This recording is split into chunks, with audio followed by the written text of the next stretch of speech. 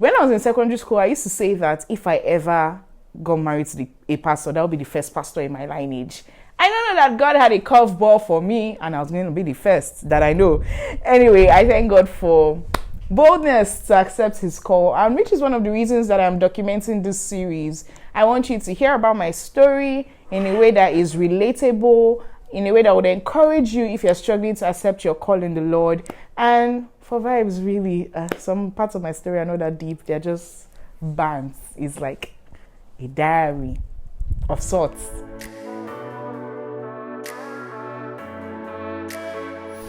Hi guys, welcome to another day on my channel. My name is Chisom, P.Som, Pastor P.Som. Anyone you know me by and anyone that sails your boats.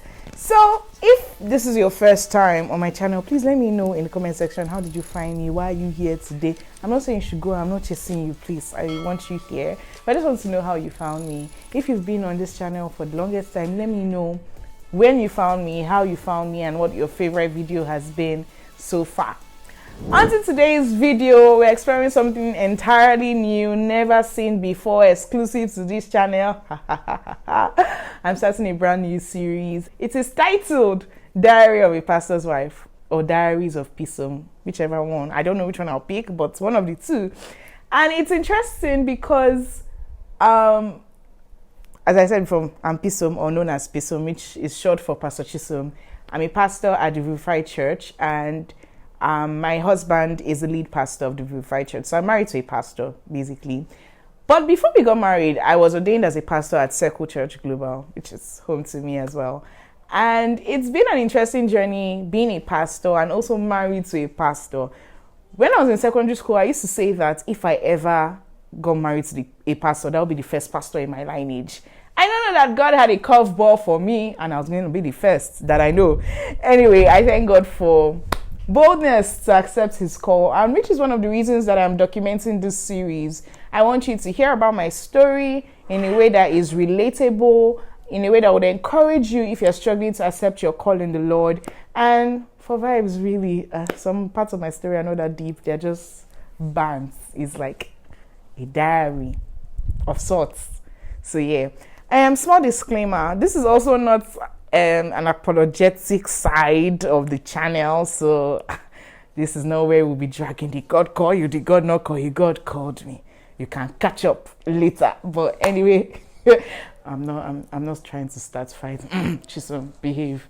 Anyway, this is Diary of P.Som. So the first thing I'm going to talk about is kind of like a background of my call, how I got into ministry. I became serious about my work with the Lord from ages like 10, 12. I knew I loved the Lord. It was not about being forced for morning devotion or because my school was a Christian school and we had to go to church every day. That was not the reason. I just genuinely wanted a relationship with this God that everyone had talked about, that I had grown up hearing about. I wanted to know him for myself because I was taught that that was possible. So if it was possible, I wanted to explore this relationship with this magnificent God. And I'm so glad that I was even in the setting I was in at the time. Like, you may have your own sad stories or opinions about Christian schools, but being in an environment like that really just fanned desires that already existed for me. Now, I know some people that went to the other end that became agnostic because of the influences they had in a Christian school. Some of those influences were really bad, and I understand that. But for me, many of my influences shaped me positively, okay? So if you did not have that, I'm really sorry that you had to experience the rough side of things, but I was privileged to get the good side of stuff. So anyway, I would say I'm an early bloomer in many things, so I decided to take on leadership roles very early in my life. Not the first one, but one of the major ones was being the head girl of my secondary school. And the whole story started from one day where I went to meet the chaplain, and I told the chaplain at the time that I was interested in preaching to the entire school. We're about 1,800 students alone. That's minus staff.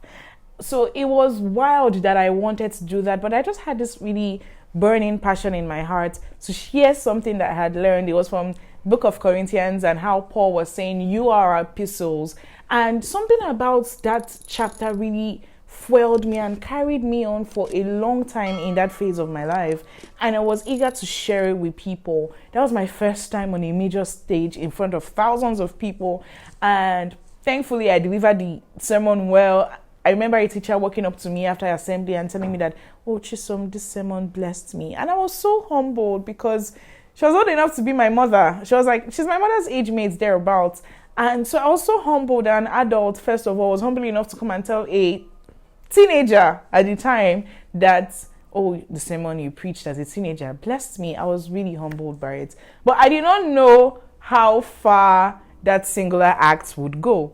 From there, people started to know my name. And somehow, when it was time to nominate someone for the position of head girl, I was nominated. So from there, I've just been taking one leadership position to the other. Even when in my head, I'm running away from it, it will come and find me. And I've learned to embrace it with my full chest. So fast forward to the university, I was in prayer force. That was my service unit. So we basically pray in prayer force. And I just loved my unit. I became the assistant unit head at some point. All these things, I was really glad to do all these things for the Lord, serve the Lord with all I have. When I was in sanctuary unit, I would sweep with all my heart. When I was, anywhere I found myself, I would pour myself in full on, whether or not I got a title. So I was used to that kind of leadership, servant leadership. I was very used to it. But when it came to the concept of being a pastor or frontline ministry, I used to tell my friends that if I married a pastor, that would be the first pastor in my lineage. That's how far I thought being a pastor or ministry would come near me. I never imagined that one day I will receive this call or walk into the fullness of this call or even be a pastor. If you told Chisom in 2016 that Chisom was going to be a pastor, Chisom would have laughed at you, basically. But I thank God for where I am. It was not a smooth journey. I promise you, it was not a smooth journey at all, but I'm grateful for the journey nonetheless. So I was ordained at Circle Church by Pastor Oge. And I'm so grateful that at the time, even though I was timid, I had so many fears. I was like, hey, what if they drag me? What if this? What if that? And I'm grateful that, first of all, he believed God's call upon my life and he did not stifle it. I'm grateful that he pushed me on to see the fullness of what God wanted me to do, beginning from that phase of my life and not to run away from it. There was something he told me back then. He said, Chisom, if you don't learn to insist on what God wants you to do early on, you will never know how to do it. And it really stuck with me because being ordained was not a conversation that sat easily with my parents, especially my mom. And looking back now, I understand her position a bit better. My parents are leaders in the church that they are, especially my dad. So there was the whole, why are you going to another church? And nothing was wrong with my home church. I just felt the pull of the Lord in a separate direction. And there are many influences to it. I was not always home. I was in boarding school. From boarding school, I went to university in another state. So I wasn't really home with my parents. I wasn't feeding from their local assembly as much as I was feeding from Circle Church. And when I was feeding from Circle Church, I don't know how to explain it. My heart latched on to their vision, to the people there. And I just knew that this is where God wanted me to be at that phase of my life. So it took prayers, some arguments, some tough days, but I got ordained and we moved on from there. And now in hindsight, I am grateful that I got ordained as a pastor before I got married. It helped my heart to do ministry as unto the Lord and not just take my role as a pastor's wife in context of the man I married, but the God I serve. Anyway, it really helped my heart because there are days where, God asks me to do something and it's daring and it's audacious, and the only push to do it is because God said, not necessarily because my husband said. I can wiggle my way out of something that my husband wants me to do that I'm not very ready to do. But when I'm doing something as unto the Lord, whether I feel like it or I don't feel like it, that push is there.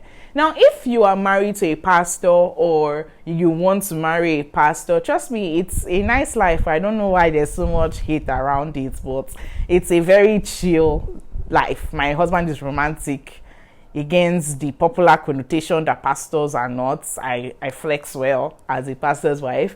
But anyway, I'm just saying that if you want to marry a pastor's wife and you don't have a specific call to ministry, this does not minimize your call in any way. I am just sharing my own experience. So I don't want to make this video too long. This video is meant to be a background of this entire series. So just know that there will be many stories, plenty gists, plenty inside scoops of this life. But if you have something specific you want me to talk about, let me know in the comment section and I'll factor it into this new series, Diaries of P.Som, aka Diaries of a Pastor's Wife.